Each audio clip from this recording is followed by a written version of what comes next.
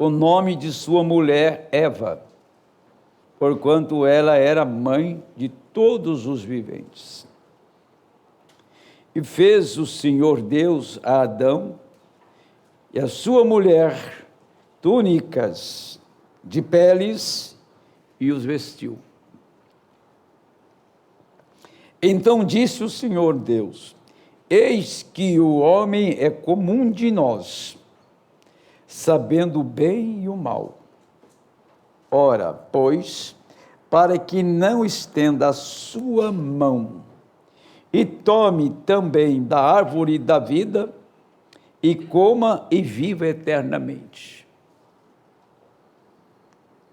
Se o homem comesse, ele teria uma vida em tormento eterna, porque Deus tirou a árvore da frente dele. E o Senhor Deus, pois, lançou fora do jardim do Éden, para lavrar a terra de que fora tomado. E havendo lançado fora, o homem pôs querubim ao oriente do jardim do Éden, e uma espada inflamada que andava ao redor para guardar o caminho da árvore da vida. Leamos São Mateus 16 e 17.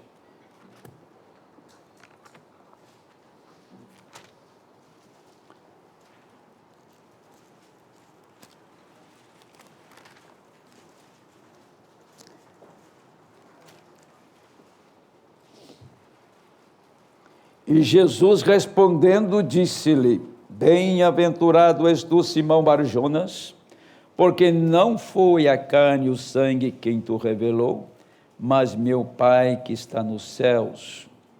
Pois também te digo que tu és Pedro, e sobre esta pedra edificarei a minha igreja, e as portas do inferno não prevalecerão contra elas. Nós pedimos ao Deus dos céus, que é rico em misericórdia, que Ele possa agradar deste culto, agradar de cada um que se pôs aqui nesta noite na presença dEle. Ele possa com toda a liberdade falar conosco. Senhor, nós nos entregamos a Ti nesta noite de comunhão e pedimos a Tua ajuda para todas as famílias, essa igreja reunida aqui. Em nome do Senhor Jesus Cristo. Amém. Pode sentar.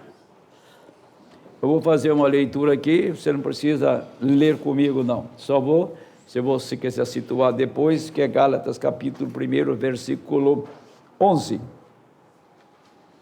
Paulo disse: mas faço-vos saber, irmãos, que o evangelho que por mim foi anunciado não é segundo aos homens, porque não o recebi, nem aprendi de homem algum, mas pela revelação de Jesus Cristo.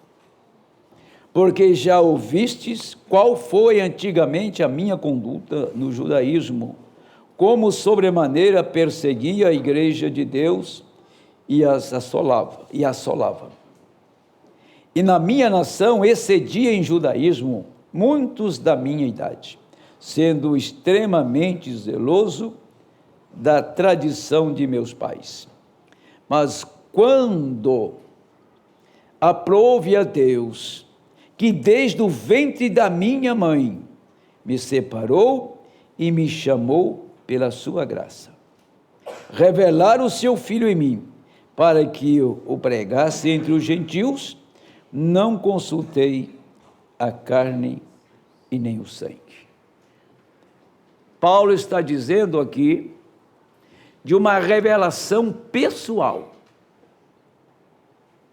Não foi por indução da família, não foi por influência de um amigo, não foi por uma escola que ele cursou. Ele está falando de uma revelação pessoal.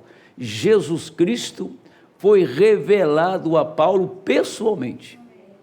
Ele ouviu a voz do Senhor e foi conduzido até a rua direita em Damasco. Foi batizado por Ananias, foi levado fora por 3 anos, e durante 3 anos ele recebeu do Senhor o que ele nos ensinou. Então não podemos refutar, nem sequer pensar numa escritura que Paulo tenha tido excesso. Por isso que quando falamos da ceia do Senhor, ele fala, na noite em que ele foi traído, ele tomou o pão e deu graças. Veja bem, que Paulo está falando de uma experiência pessoal, não de segunda mão. Você que está me ouvindo, que tem a paciência de me ouvir, você que não está entretido com criança, porque uma vez, numa igreja, tivemos um pastor falando seriamente, não vou falar o nome dele, porque é um amigo meu, eu não tenho essa liberdade. Ele falou assim, olha, as mães estão perdendo os cultos nessa igreja aqui, que brincam o tempo todo com as crianças. Lembra-se disso? Quem falou isso? Cuidado com isso, hein? Cuidado com isso. Agora, quero dizer para vocês, o que vou falar nesta noite tem que ser pessoal, não é para transferir para um segundo, uma terceira pessoa. Se você disser, eu tenho sido prejudicado por causa da minha mulher, ela não vai responder por você. Eu tenho sido prejudicado por causa do meu marido, ele não vai responder por você. Você irá responder por você mesmo aquilo que Deus tem te dado, que Deus tem nos dado. Então, Deus, o Senhor, trata pessoalmente conosco. Eu não tenho que ter um conceito de Deus, Deus que tem que ter um conceito sobre mim. E vivemos numa hora final, vivemos num tempo iminente de ir embora daqui. A pergunta que nós fazemos, você está certíssimo que Deus vai te levar no rapto? Não como uma pessoa que repete as palavras, mas de uma revelação que você tem parte no arrebatamento, porque o arrebatamento é uma revelação. Não é dizer, porque todos que eu conheci, dezenas e centenas de pessoas, todos criam que estaria no rapto, e acontece que hoje dentro da mensagem eles estão mais, e são muitos. Então não é falar, é você receber e saber que você tem parte nisso. Será que hoje também tem gente com a unha encravada que não pode vir na ceia? Sempre tem, né? Unha encravada, dor de cabeça, O cachorro de vizinho morreu, foi no velório do cachorro. Agora tem velório para cachorro, tem festa para cachorro, escola para cachorro, seguro de vida para cachorro. Cachorro tem muito mais privilégio do que o ser humano, que era miserável, nós vivemos, não é isso? Pois bem, então vamos lá, tá? Eu peguei um texto aqui, até o Davi falou que ia pôr na tela, se o Davi quiser pôr, pode pôr, Davi, na tela. É um texto, perguntas e respostas sobre Hebreus 1. Eu também errou porque eu gritei muito essa manhã, e eu vou gritar mais. Eu não sei, eu acho que eu sou muito criticado por aí, porque eu não grito apenas para emocionar a minha audiência, quando eu grito porque eu tenho que pôr para fora, soltar um berro da minha alma para dar um alívio para mim, por causa da presença dele. Talvez você nunca teve isso, não crê nisso, se um dia você tiver, você vai sapatear e gritar de frente a todo mundo aí. Então vamos começar no 183 até o 187, tá bom? Vamos prestar bem atenção nisso. Por que eu li lá? Aqueles querubins não permitiu que o homem vivesse no tormento eternamente. Então ele pegou e escondeu. Guardar a árvore da vida, não é que ele pôs uma espada, eu corto seu pescoço se você chegar aqui. A ideia não é essa. Ele escondeu do homem. Deus escondeu do homem o tempo todo e foi fracionando ao longo da história. dando as partes necessárias para cada estação, até que chega um tempo que ele toma todas as partes, faz uma só e traz direto para o seu povo, quando ele envia o revelador de todos os mistérios. Aqui está. Mas eu quero lhe perguntar, está aí na tela em cima, dá para ler? Mas eu quero lhe perguntar, se eu ler errado, você me corrija. Apenas de um ponto de vista literal. Agora, para lhe provar que ela era árvore. Cada mulher é uma árvore frutífera. Quantos sabem disso? Não é você o fruto de sua mãe?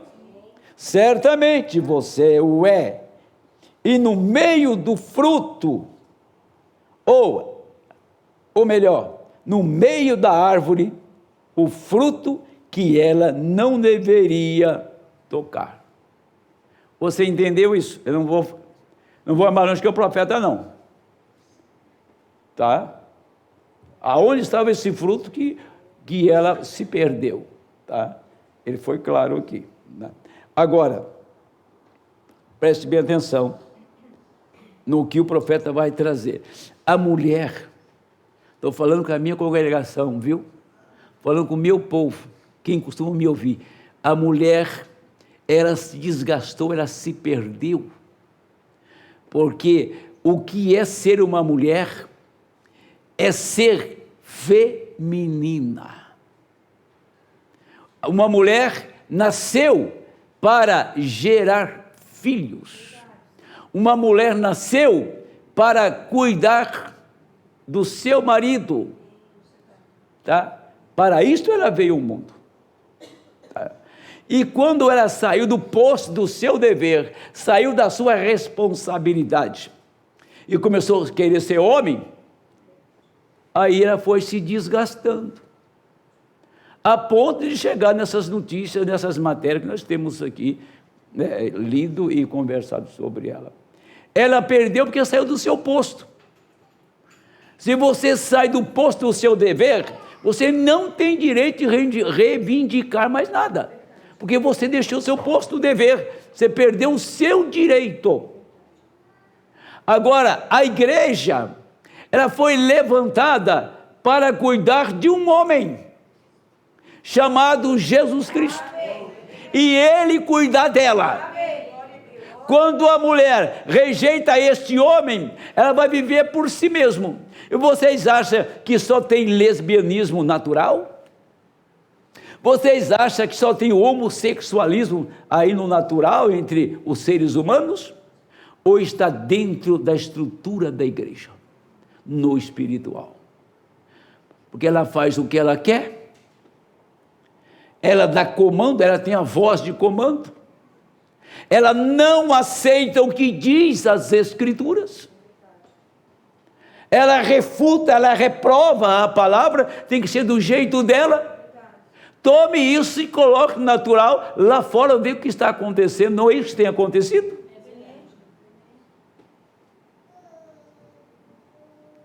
Exatamente o natural para o espiritual. Por que esta queda moral? Por que essa queda tão grande? Por que esse afastamento de Deus? Por que essa rebeldia contra Deus? Deus, Ele vai colher duas sementes, e as duas têm que chegar ao seu pleno crescimento. Quanto mais perverso as igrejas ficam e o mundo, mais maduro está para ser colhido. Para ser colhido e queimado. Quanto mais essa igreja aproxima-se do Senhor, ela vai tendo a aparência dele. Porque o profeta fez uma ilustração que eu citei nesta manhã, o índio batedor de ouro, que ele batia no ouro, enquanto ele não olhasse e visse perfeitamente o seu rosto, o ouro tinha impureza. E o Senhor está procurando tirar a impureza da nossa vida, as nossas impurezas. o irmão Brana disse isso, e vou repetir, vamos chegar a um tempo que todo o pecado será denunciado pelo Espírito Santo em nosso meio.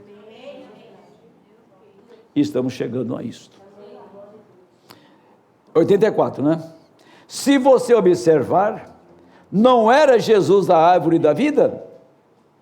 Não prometeu ele em Mateus, ou São João capítulo 6, eu sou o pão da vida que veio de Deus do céu? Se o homem comer, veja, através do nascimento, através da mulher, todos nós morremos, porque estamos sujeitos à morte. É isto correto? Através do nascimento da mulher, através do nascimento do homem, todos nós vivemos para sempre. A mulher é a árvore da morte, o homem a árvore da vida, pois a mulher nem mesmo carrega a vida em si. Isto é exatamente correto. O germe da vida sai do homem corretamente, vai para a mulher, e a mulher não é nada a não ser uma incubadora, e o bebê não está conectado apenas pelo cordão umbilical, não há nenhuma partícula de sangue da mãe no bebê, nasceu no sangue dela, mas nenhuma partícula no bebê. Vá encontrar, leia os livros medicinais ou pergunte a seu médico, você verá, não está ali, não senhor, nenhuma partícula disso, de modo algum, ela apenas tem o óvulo, isso é tudo, e a vida vem do homem. Isso é figura, são figuras de linguagem das Escrituras. A vida vem só por um, Jesus Cristo. Se uma igreja gerar um salvo, então a natureza está pervertida. Tem um pastor aí, muito eloquente, que está na mídia direto, ele desafiou, e foi um desafio na televisão, e falou assim, você coloca 100 mulheres numa ilha, espera 100 anos, volta lá, ver se cresceu a ilha. Isso, está tudo morto. Porque ela não gera, ela tem que estar em conexão com o homem. Quem tem a vida é homem, quem tem a vida é Cristo. A igreja recebe esta vida, e quando ela recebe esta vida, ela começa a produzir o que ela recebeu. Por isso que a igreja do Deus vivo, ela produz filhos de Deus, porque ela está conectada com a palavra, e a palavra é o varão, Senhor Jesus Cristo. É por isso que geramos filhos. Nós estamos vendo um caso, né, agora, recente, lá em Gualu tem um religioso, que ele vai lá só para me atazanar. Ele vai lá só para encher linguiça, porque ele vai lá só para questionar. Mas o filho do diácono irmão Silvio veio, foi chamado, sentou, ouviu. Ele já foi cristão quando tinha 13 anos, hoje ele tem 29, né? E veio uma moça com ele lá, da velha vida, do velho mundo. Agora você vê que eles estão sendo gerados. Quem está gerando esta alma, gerando esta semente? É a igreja. Mas quem pôs a semente na igreja para gerar esse filho? É o Senhor. Nós não geramos nada. Nós somos esposa de Cristo. Se você é uma esposa genuína, você tem um ventre fértil para receber a semente e gerar filhos para o reino de Deus. Esta é a mulher genuína, a que gera filhos, que dá filho ao seu marido, a igreja de Cristo cheia do Espírito Santo. 186. Esse é um tipo bonito para mostrar que através da mulher Através do nascimento natural, todos nós temos que morrer, porque, para começar, já estamos mortos. Somente através do homem, Cristo Jesus, nós podemos viver. E aí estão as duas árvores do jardim do Éden. Não pode ver você isto? Observe, naquele dia, havia um querubim que guardava aquela árvore, que se alguma vez eles provassem daquela árvore, a árvore da vida, todos eles viveriam para sempre. Quantos sabem disto? Todos eles viveriam para sempre.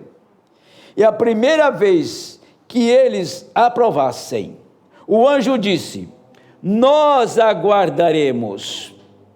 Eles colocaram querubins ali, com suas espadas flamejantes, em direção ao leste, para guardá-la. Eles levaram isto de volta ao leste, e guardava aquela árvore com a espada flamejante, para que, então, eles não pudessem entrar para apanhá-la, esta árvore. Isso é o que disse o profeta. Quer dizer, ele escondeu a árvore, para que eles não tocassem nela. E para eles tocar nela, tinha que haver uma redenção, que redimisse o homem para retornar à árvore. Então ninguém, os judeus, nunca recebeu o nome do seu Deus. Vê lá, Isaías falando que ele é Deus forte, Pai da eternidade, princípio da paz, ele é a rosa de Saron, ele é Jeová Jiré, Jeová Rafá, e tem dezenas, de conotações do nome do Senhor, mas nunca este nome foi revelado. Jeová não é o nome de Deus. Elohim significa aquele que subsiste por si mesmo. Mas quando chegou aqui, que João escreveu, e o Senhor disse: eu fiz eles conhecer o seu nome. Agora, olhar para um homem chamado Jesus de Nazaré, nascido de uma mulher, e saber que o nome de Deus era aquele, então para o judeu não deu certo isso, eles não aceitaram aquilo. Mas quando Deus envia um profeta no tempo do fim, então veio o Senhor pessoalmente, dizendo para o irmão Brana: olha, o Jeová do Velho Testamento é Jesus Cristo do Novo Testamento, e o nome dele foi revelado. Revelado a quem? Você não pode casar sem conhecer o seu marido. Você casaria com um homem sem nem saber o nome dele?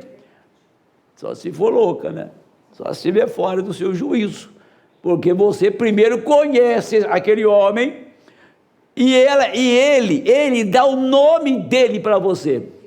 Agora você casou perante a lei, perante um sacerdote, você casou, e ele passou o nome dele para você. Agora você tem um marido espiritual a quem você tem deveres e obrigações, que é Cristo. Tinha que ter um sacerdote para fazer o casamento, tinha que ter um mensageiro para trazer uma noiva para Isaac. Ou você acha que Isaac apenas esperou por Rebeca e ela apareceu? Ou teve um trabalho a ser feito por um homem que foi e que vasculhou e que procurou, que orou, até que Deus mostrasse a moça para ele? Então Deus fez exatamente isto.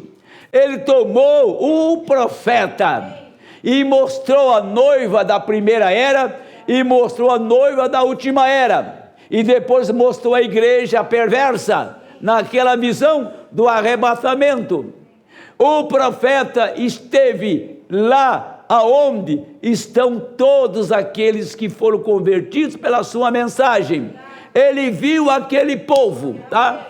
Então Deus tomou um mensageiro, tá? E tomou a palavra e trouxe você para a palavra, e entre você e Deus veio um mensageiro no meio para unir você à palavra, para você unir-se a Cristo, tomar a Deus em sua palavra. Então você não casaria com Cristo, a menos que ele fosse revelado como seu esposo e tivesse alguém para revelar. Quem revelou Rebeca para Isaac foi o mensageiro, amém? Quem revelou Cristo para nós foi o mensageiro. Essa é uma boa história. Eu tenho um trecho aqui, agora isso não está na tela. É na mensagem Futuro Lar 260. Você toma uma semente e a semeia aqui fora no campo, onde há trigo, então semeia brolho ali fora. Não me importa, o mesmo sol, a mesma chuva trazem a vida a esta semente. Deus tem uma lei. Essa lei não pode ser quebrada. Não me importa. A mulher mais vil, e você não está chamado aqui não, chefe. A mulher mais vil, deixa eu achar aqui a leitura, tem uma mosca varejeira perturbando aqui. É o diabo que está querendo me atrapalhar. A mulher mais vil dentre o povo, e o pior homem, solteiro e tudo, tivesse um assunto, e vivesse juntos, e produzisse um filho, tá? E produzisse um filho, esse menino teria que vir pela lei de Deus. É por isso que a gente não, como cristão maduro, sabemos que estamos pregando para todos ir no rápido, mas sabemos que nem todos irão. Estamos pregando para que todos sejam curados, mas a cura não é para todos, e assim por diante. Aí, seguindo o que o Mambrana disse, seguro, se alguma vez teve um bebê, a mim não importa se eles eram Esaú ou Jacó. Quem quer que fosse, qualquer pessoa de má reputação, fosse Judas, teve que vir por Deus. Deus tem uma lei. Judas, quem trouxe Judas ao mundo foi Deus. Quem deu vida a Judas foi Deus. E quem usou Judas para atrair o Senhor foi o diabo. Ah? Parece coisa simples, né? Mas isso te posiciona. Porque toda semente é puxada para fora através do mesmo sol e da mesma chuva. Mas toda semente produz bons frutos. Quando nós ouvimos a mensagem, lemos a mensagem, meditamos a mensagem, você tem que descobrir quem você é. Você tem que se identificar, entendeu? Não tem outra maneira. Eu não posso dizer aqui quem é filho de Deus, mas você se identifica como filho. Se o Espírito de Deus está dentro do seu coração, ele desce bem no seu coração e diz: você é o meu filho. E Paulo disse que o Espírito Santo dentro de nós faz o quê? Clama, Abba, Pai. O Espírito Santo faz você falar, meu Pai. Você se identifica, você se preocupa. Qual é o filho bem criado numa família que não se preocupa com o bem-estar da família? Qual é o filho que não se preocupa com o pai? Qual é o filho que se preocupa com a mãe? Qual é o filho de Deus que não se preocupa em guardar a palavra, em viver a palavra? Você vai pregando, às vezes o sapo começa a estufar, né? Já dá um tiro, sabe dar um tiro no sapo? Ninguém deu tiro no sapo aqui, não. Eu dei tiro em tudo na minha vida, só não atirei no homem, porque não tive oportunidade. Mas em tudo na minha vida eu atirei, eu era atirador. Era chumbo para todo lado. Você dá um tiro no sapo, ele dobra o tamanho. Pá, bum. Quando o Espírito Santo começa a atirar na igreja, tem gente que igual um sapo, né? Vai estufando. A Bíblia diz: o sol brilha sobre os justos e sobre os injustos. A água cai sobre os justos. No capítulo 6 de Hebreus, diz: a chuva que muitas vezes cai sobre a terra para regá-la e prepará-la para aqueles pelos quais é lavrada, para fazer viver. Porém, da mesma água vivem os espinhos e os cardos, pela mesma luz solar, porquanto é lei de Deus amadurecer toda a semente e fazer com que cada semente produza por si. Veja a condição desse povo que se diz crente. Assim sendo, tinha que produzir a semente da serpente. Senão, quando Caim nascesse, se Deus cortar logo o pescoço dele, acabou o assunto, né? Resolveu o caso definitivo. Mas Caim nasceu, cresceu, casou, e está aí o mundo cheinho deles. Quer dizer, uma semente, Deus não interfere naquela semente, ela deixa a semente crescer, ele deixa a semente crescer. Você não tem que interferir na vida de ninguém. Se é semente, vai vir para fora. Se não é semente, dê o melhor para ela, que ela não vai mudar a sua natureza. Ela é aquilo que está dentro dela, não muda a natureza. A Bíblia diz que o sol brilha sobre os justos e injustos, tá? Ele diz, a Bíblia diz, o sol brilha sobre os justos, sobre os injustos, a água cai sobre os justos, e aqui ele está dizendo,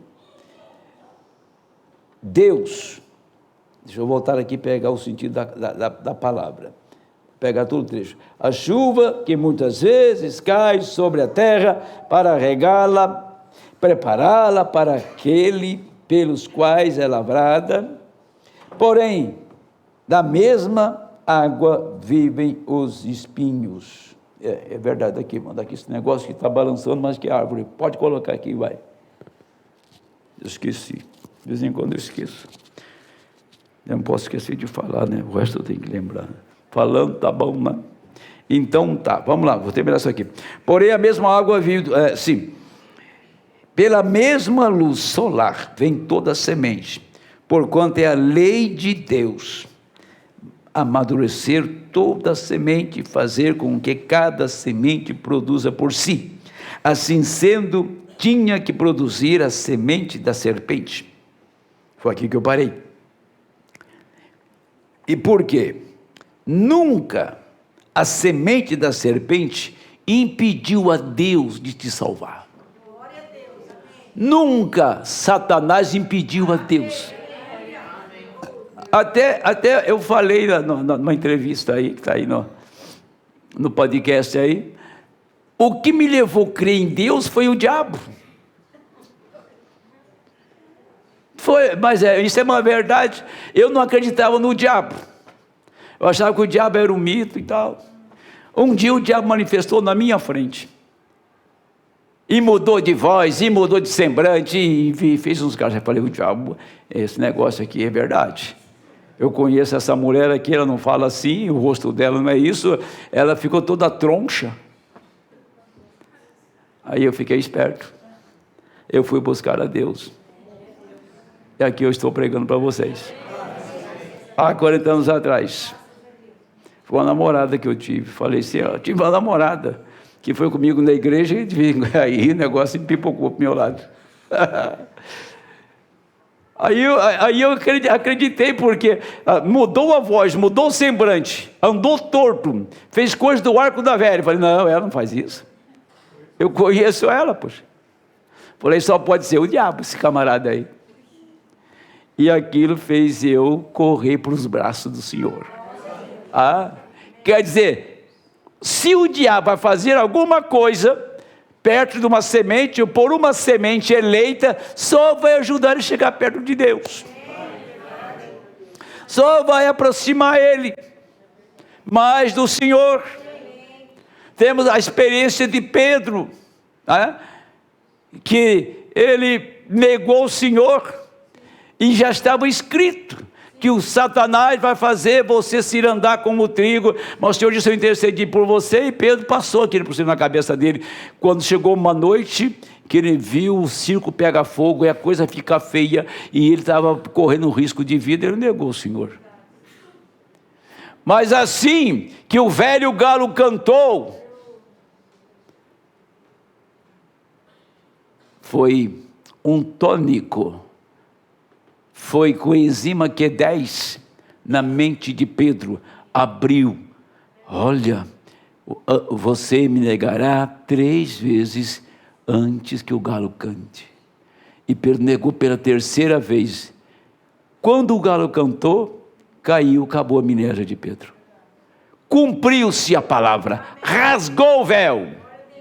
E Pedro teve um caminho para arrependimento.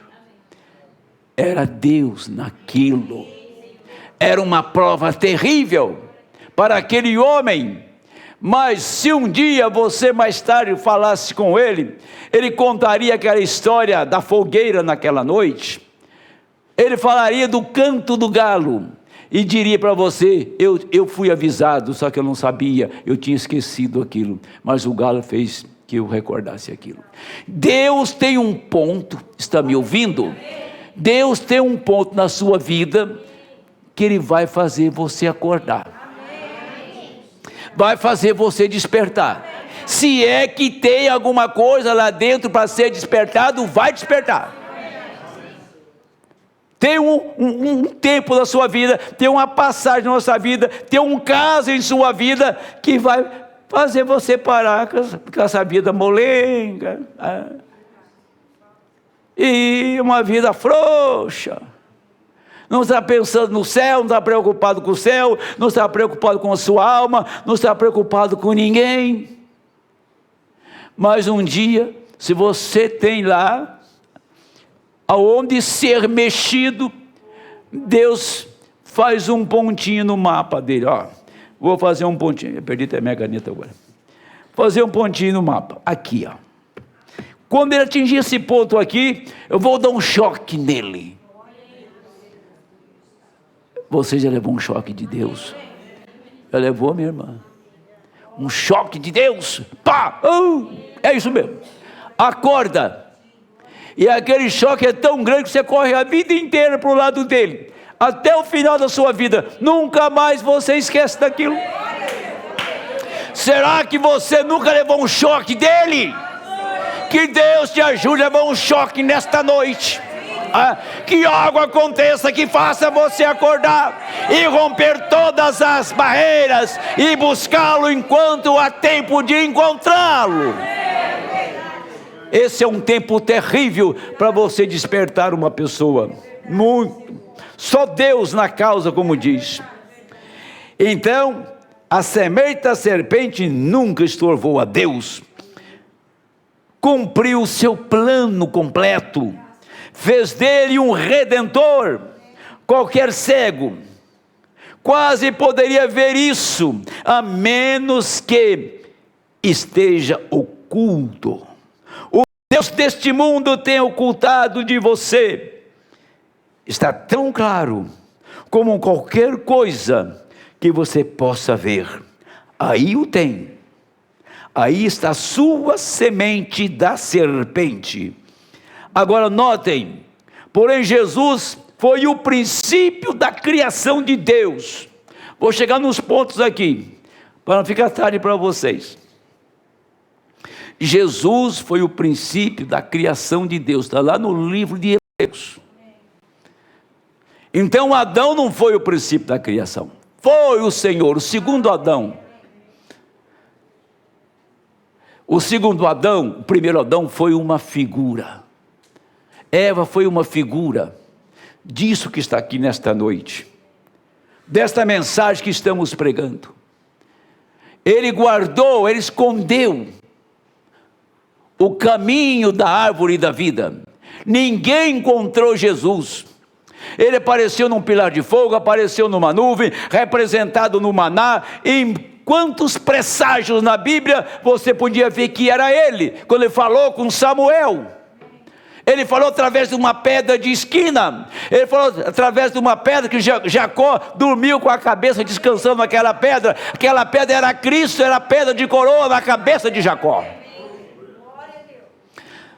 Agora, para você não veio como uma pedra de Jacó. Para você não veio como aquela figura lá do livro de Samuel, Ebenezer, até que nos ajudou o Senhor. Para você não veio como o maná que caiu no deserto. Para você ele quis vir pessoalmente. Ele tirou as vestes. Ele se revelou. Ele rasgou o véu.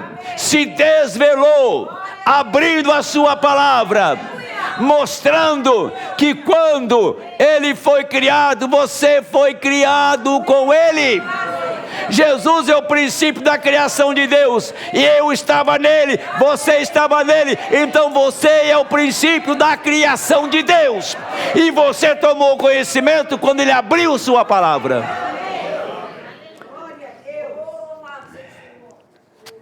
Agora note, porém Jesus foi o princípio da criação de Deus. Agora, que faz a mulher?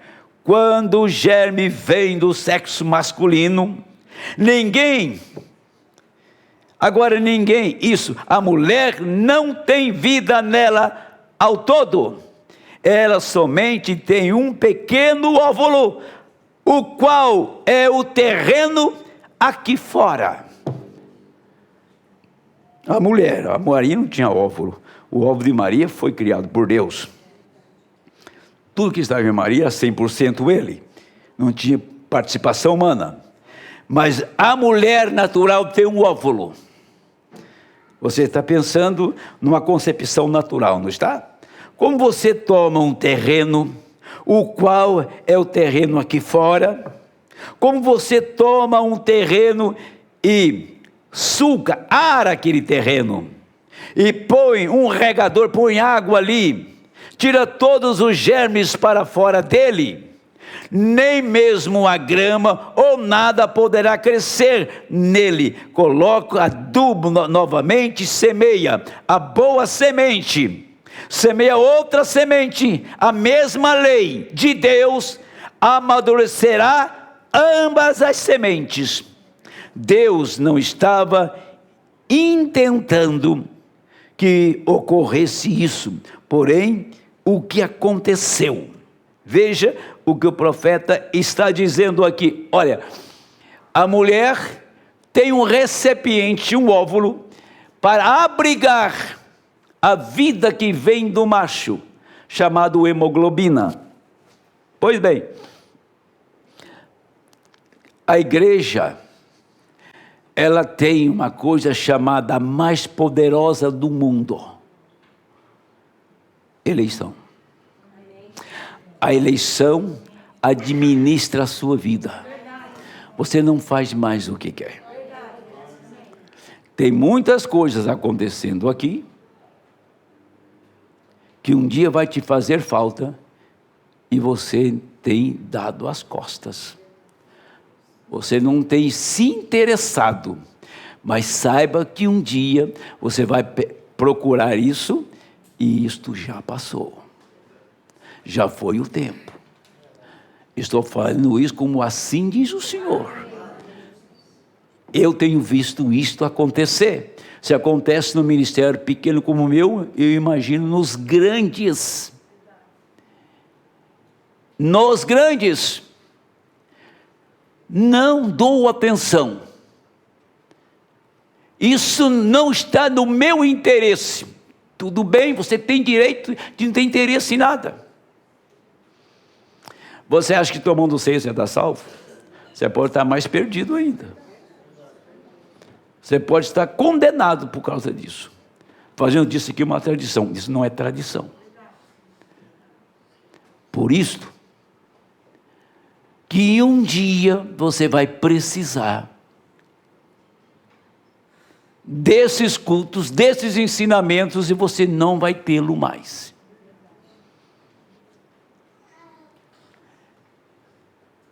Enquanto Jesus passava,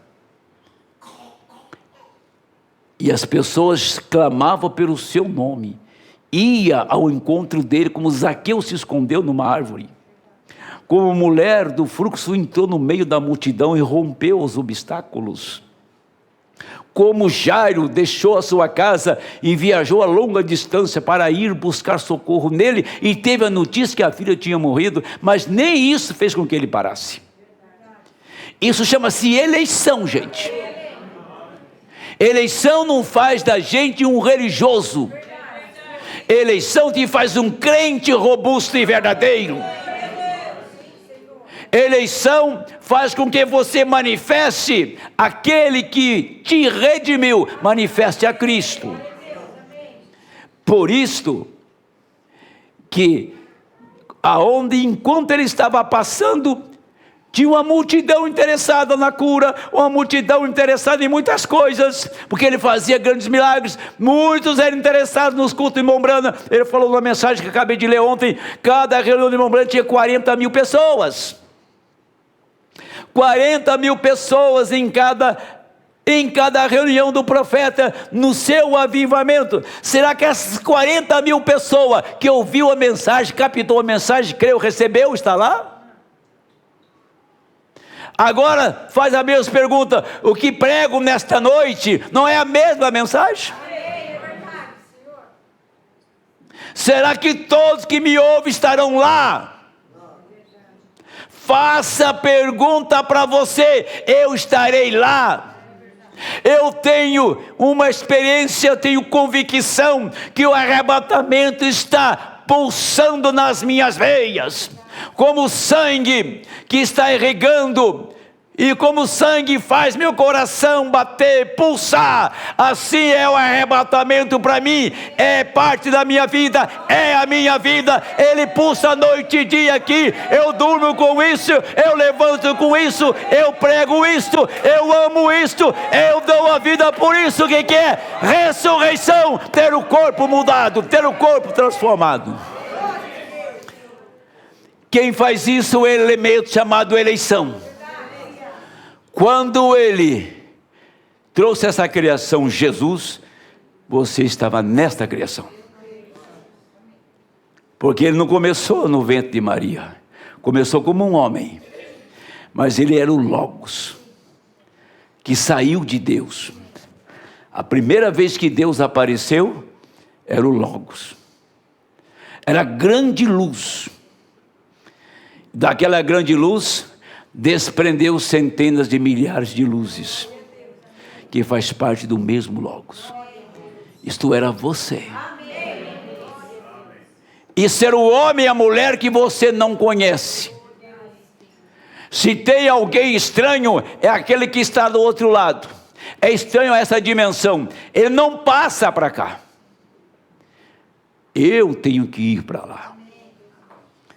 E a alma redimida, ela se está redimida porque ela tem para onde ir. Tem um lugar para ela. Tem um corpo para ela. Jesus, quando morreu, ele foi para a presença de Deus. Uma parte dele foi pregar o Espírito em prisão. Mas quando reuniu essas três partes, ele tinha um corpo glorioso. Você tem três partes: corpo, alma e espírito, e Deus não vai querer nada com isso aqui. Isso aqui é uma coisa descartável, é uma casa velha, que está abrigando a deidade. Mas tem um corpo que espera por esta alma redimida. Tem um lugar para ela aí. E esta alma, preste bem atenção, esta alma que está aqui, está clamando por aquele corpo. E aquele corpo que está lá, está clamando por esta alma. Há um desejo de encontrá-los. E isto é a eleição que está dentro da sua alma, que faz você desejar aquele corpo. E aquele corpo sabe que ele recebe vida quando você entrar ali, porque a vida está aqui, dentro de ti. Você é portador da vida eterna. A vida eterna vive agora mesmo dentro de ti. Está aguardando esta hora de entrar naquele corpo. Agora sim, se um homem ou uma mulher não tem nenhum desejo na alma ardente de encontrar aquele corpo, é porque, vamos voltar no óvulo da mulher. A mulher tem um óvulo, onde a vida do macho é depositada. Este óvulo está ali esperando pela vida. Esta semente eleita está ali esperando pela vida. Um dia ele desce e entra neste óvulo. Um dia ele desce e entra nesta alma, redime esta alma. O óvulo espiritual é a sua alma redimida. Ele desce e entra ali para gerar um filho. Gerar um filho. É por isso que a eleição faz você clamar. Você tem desejo de sair daqui. Se você acha que esse lugar aqui é de ser humano, então fique aqui, porque eu sei que não é. Esse lugar aqui é o lugar do diabo. É um lugar que Satanás está entronizado. Esse mundo é dele. Essa perversão é dele. E nós não estamos acertando aqui, e não vamos acertar nunca, porque esse lugar não é nosso. Aqui é um lugar de prova. Esse corpo aqui é farda de guerra. Coloca uma farda e vai na guerra. Ela tem furo de mosquetão. Ela está suja com a lama que você atravessa para enfrentar o inimigo. Este corpo é farda de guerra. Ele está todo arrebentado. Mas o soldado verdadeiro está batalhando. Tem o coração na sua nação. Tenha seu coração lá na pátria dele celestial. Esse é um verdadeiro soldado da cruz. Aleluia. Que coisa boa ser um guerreiro do céu. Guerrear contra as hostes do inferno. Guerrear contra o maior poder que está na terra, do diabo. Você está numa guerra agora mesmo. E Deus tem te equipado, colocado arma na sua mão. E Satanás jamais pode vencer um filho de Deus. As portas do inferno não prevalecem contra a minha igreja. Você é um filho gerado pela palavra. O diabo não vai enfiar minhoca na sua cabeça. O diabo não vai fazer você sair por aí e se meter em coisa errada. Não! Você está resgatado. Ele tem te guardado. Você está no esconderijo do Altíssimo. Você está seguro que a morte significa vida. Apenas num piscar de olhos estaremos fora daqui. Num piscar de olhos não sou mais João Henrique. Num piscar de olhos estou do outro lado, naquele corpo que ele fez antes que o mundo fosse fundado. Jesus, o princípio da criação. Então você é o princípio da criação, porque você estava nele. Se a minha voz aguentar, eu termino. Eu tenho duas coisinhas para terminar. Agora notem, porém, Jesus foi o princípio da criação de Deus. Agora, que faz a mulher quando o germe vem do sexo masculino?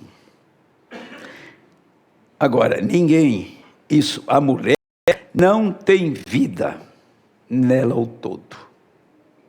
Ele disse: o esperma do macho carrega a hemoglobina, a qual é o sangue. No sangue está a vida. E se você alguma vez, eu tenho observado como isto é feito. Preste muito atenção nisto. A vida está no sangue. O profeta fala da mensagem de Cristo é o mistério de Deus revelado, que a noiva é o sangue dele. E o sangue não é a química, aprendemos na mensagem, o sinal. O sangue é a vida. Então Deus tinha sangue. O Deus do céu tinha sangue. O Deus do céu tinha como fecundar esta igreja. O Deus dos céus tinha como redimir esta igreja. Então o que ele faz? Esse Deus, lá no Pentecostes, aquele sangue que foi tirado das veias de Cristo no Calvário, o Deus Emanuel entrou em 120, lá no princípio. Não era mais o sangue, era a vida que saiu do sangue. E esse sangue, quando entrou em forma de Espírito Santo neles, gerou Cristo nele. Quando você recebe a remissão dos seus pecados, quando você é redimido, você está garantido para a eternidade. Não há como chegar lá sem o Espírito Santo. Eu sempre falo 3 coisas para alertar. Só recebe o Espírito Santo quem nasce de novo. Só recebe adoção quem tem o Espírito Santo. São 3 etapas: novo nascimento, batismo, Espírito Santo e adoção. Isso é fundamental.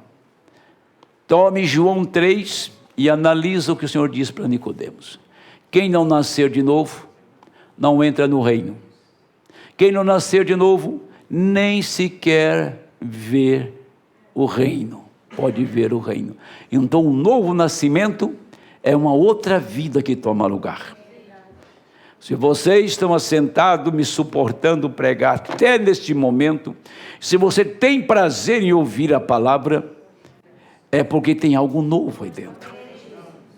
Porque o seu intelecto não pode usufruir disto. O seu intelecto não saboreia a doçura da palavra. Quem saboreia a doçura da palavra é a sua alma que está redimida.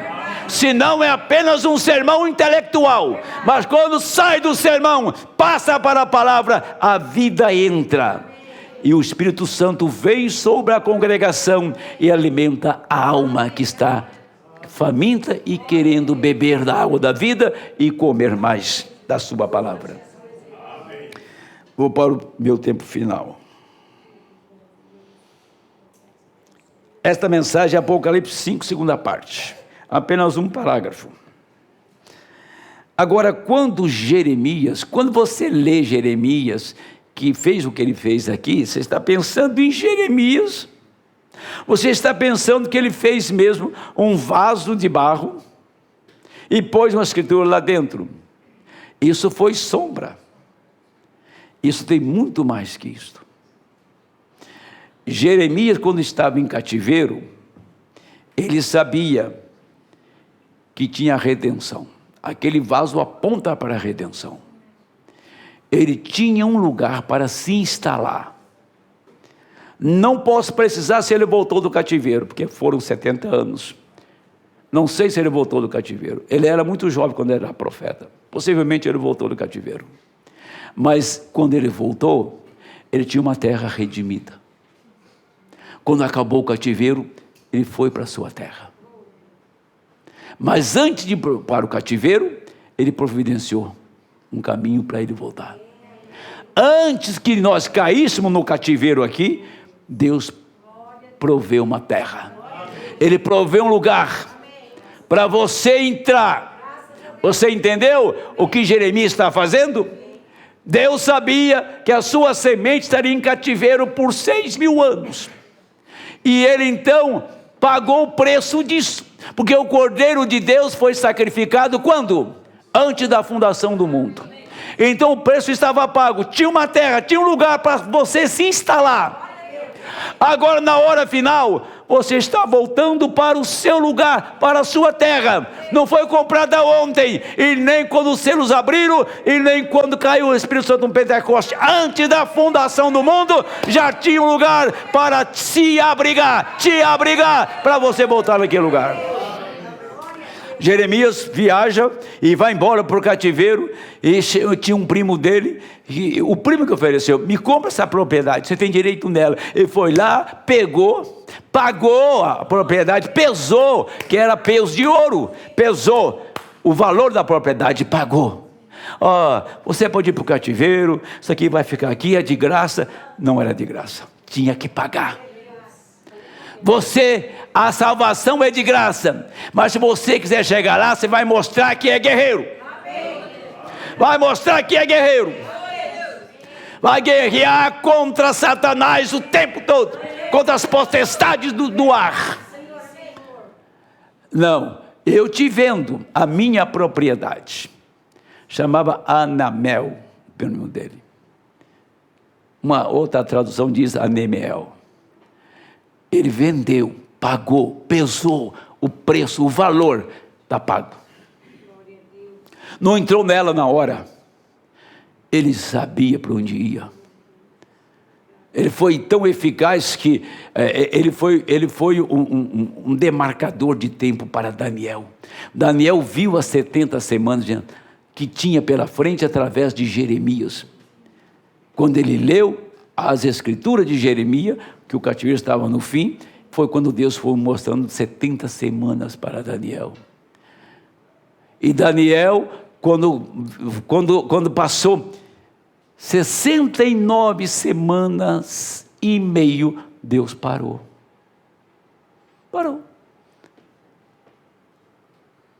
Parou porque tinha que ele parar na brecha. Alguém tem que parar na brecha entre a vida e a morte. Jesus parou na brecha. E ele abriu, parou as 70 semanas, 69 semanas e meia, ele parou, e faz 2000 anos que está parada. 2000 anos. Enquanto ele não resgatar sua esposa, enquanto não resgatar cada semente dele, quando terminar, que todo o corpo dele estiver completo, ele leva para casa, e as 70 semanas vai dar andamento com o povo judeu. Isso significa, se Daniel pensasse, são 487 anos para terminar tudo, e chegou bem na última semana, Deus parou. Ele é dono do tempo, ele é senhor do tempo. Agora, quando ele vem ao irmão Brana, ele diz: o tempo não será mais. Só vou abrir esses mistérios depois que o tempo terminar. Será no livro de Apocalipse. O profeta bateu nisso, bateu e rebateu. Só vou abrir isto depois que o tempo terminar. E nós estamos vivendo num tempo que não é nosso. O tempo é de Laodiceia. O tempo que vivemos é o tempo de Deus, exclusivamente dele. E você veio para o tempo de Deus, para que ele pudesse trabalhar, te lapidar, te resgatar, te redimir, te levantar. Não há mais tempo. O tempo foi terminado em 63. Mas ele abre um espaço, como ele abriu 2000 anos para colher a semente eleita gentia. Ele abriu um espaço, depois das 7 eras da igreja, abrindo os mistérios, abriu um espaço chamado Era da Noiva. Abriu um espaço para colher a semente dele. Este tempo se esvaiu. Se você somar o tempo da primeira era e da última era, já está ficando igual. E o profeta diz que não chegaria isto a acontecer. Nós estamos numa hora, estamos num momento que Deus vai tirar, vai levar tudo que acontece ao redor do mundo, está prenunciando Ele não vai te avisar, não vai te enviar uma carta pelo correio, não vai mandar uma mensagem pelo WhatsApp ou qualquer outro aplicativo. Ele já avisou. Ele já trouxe a sua mensagem. É só vir te apanhar. E a pergunta que nós fazemos é essa: estamos prontos para viajar com Ele? Estamos prontos para descortinar os nossos olhos mortais e abrir os olhos da imortalidade? E olhar do outro lado e ver os irmãos que estão lá? Aquela igreja espera por nós. Eu preguei um sermão recentemente em Guarulhos, que não é transmitido, mostrando que aquela igreja sabe o que está acontecendo aqui, porque eles sabiam, o paraíso foi avisado quando Jesus ia chegar lá. Como que ele foi avisado? Porque quando Jesus derramou o sangue, eles nasceram de novo. Houve uma mudança no paraíso, porque o sangue tinha sido derramado e o sangue deu direito a eles ao novo nascimento. Quando eles nasceram de novo, Jesus entrou no paraíso e os tirou de lá. Chegamos um tempo de receber o Espírito Santo, receber a plenitude. Chegamos um tempo que fomos alertados, fomos avisados, batido, rebatido, que nós não devemos, neste momento, vacilar nem um minuto. Que você não seja surpreendido que o rapto se deu e você ficou. A eleição que está aí dentro está clamando pelo rapto. Você tem medo do arrebatamento? Você tem medo daquela ressurreição? Eu estou anelando por ela. Estou clamando por ela. Não vejo o momento daquela hora chegar. Um dia a sua porta estará fechada, você não abriu ainda e vai ter um hóspede na sua casa. Foi o que aconteceu na primeira vinda. Vai ter um hóspede lá. Quando você sentir que tem alguém na sua casa que não é desse lugar, é da eternidade, você fala: esse é o meu tempo. Estou seguro que estou indo embora. Tem que haver uma visita. Como disse Paulo, que as viúvas receberam os seus mortos pela ressurreição. Falando que elas receberam os seus mortos quando Jesus ressuscitou. Tenha certeza que dessa igreja tem gente lá. Tem uma que foi vista lá. A minha sogra foi vista lá. E ela estará aqui para ir com a gente embora. Então, minha gente, nós não estamos de brincadeirinha com a igreja. Nós estamos realmente decididos em entregar tudo que nós temos, render tudo que temos para estar lá.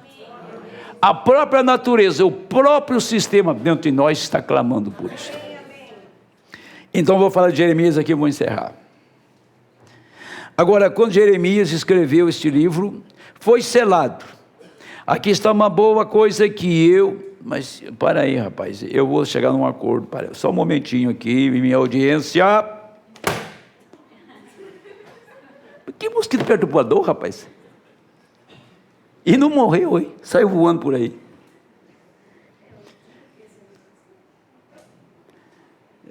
Já mandou um mosquito para perturbar. Agora, quando Jeremias escreveu este livro, foi selado. Aqui está uma boa coisa que eu quero que você observe. Todos vocês que leram isto. Que aqueles livros selados. Agora, recordem. Ele ia partir, ele tinha profetizado, agora ele não sabia disto somente através da profecia. Você está me acompanhando através da profecia. Ele sabia, pela revelação de Deus, que eles estariam afastados daquele país por 70 anos. Você recorda dele profetizando aquilo? Ele seria 70 anos, eles estariam no cativeiro. Então ele queria ter certeza que este selo, que sua herança seria guardada, porque ele tinha ele herdou a herança de seu primo. Então ele tinha tudo isso escrito legalmente. E o que ele fez com isto? Para que isso não apodrecesse ou enferrujasse, ele colocou aquilo em um vaso terreno. Colocou aquilo longe para que não apodrecesse ou enferrujasse, até que aqueles 70 anos terminasse. Então, ele podia fazer um vaso, digamos assim, um vaso de uma pedra preciosa, que tinha muito naquele tempo, mas ele fez de barro. Que garantia ter um vaso de barro? Para pôr uma coisa tão valorosa ali dentro, uma herança eterna. Ele pagou, escreveu, lavrou o documento, pôs dentro do vaso e foi embora. Todo o tempo ele sabia que ia voltar. Vocês perceberam? Todo o tempo no cativeiro ele sabia que ia voltar. Todo o tempo aqui nesse cativeiro você sabe que vai voltar.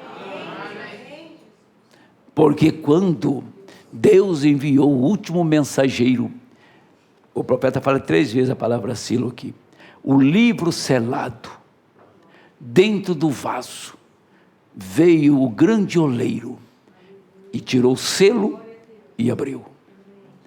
O grande selo de Deus, ele tirou o selo e abriu. Aonde estava isso? Dentro de um vaso de barro. Aonde você está? Dentro de um vaso de barro. Mas ele tirou o selo daquele documento e mostrou: eu tenho uma herança. Jeremias então sabia que ele voltava para a sua casa e tinha um lugar para ele. Você está voltando para casa e tem um lugar para você.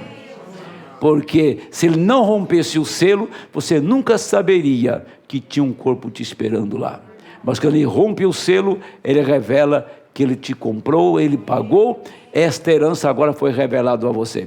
E lá no jardim do Éden, Deus disse para o querubim: guarde esta árvore, ninguém vai tocar nela, até o tempo que se cumpra o meu plano de redenção. Quando ele terminou a redenção, escute bem, vou terminar. Quando ele terminou o seu plano de redenção, quando ele redimiu o último, sabe o que ele fez? Ele veio e abriu os mistérios. Agora você tem que entrar e comer da árvore. A árvore que estava escondida, todos os 6.000 anos, e por esses 2.000 anos, chegou um tempo que ele disse: agora não, agora o preço está pago, eles podem comer da árvore e viver eternamente. Então ele abre os mistérios e você come da árvore, você come da palavra e recebe vida eterna. Deus abençoe.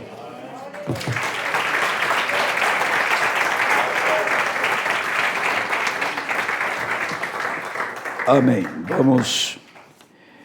pedido de oração, vamos orar e vamos então passar para a ceia. Parece que hoje eu ganhei tempo, não sei se eu ganhei ou perdi, mas eu procurei correr com o tempo, né? Eu usei quantas mensagens aqui? Eu não sei, só essa mesmo. Aqui está. Irmã Eleni justifica sua ausência por motivo de trabalho.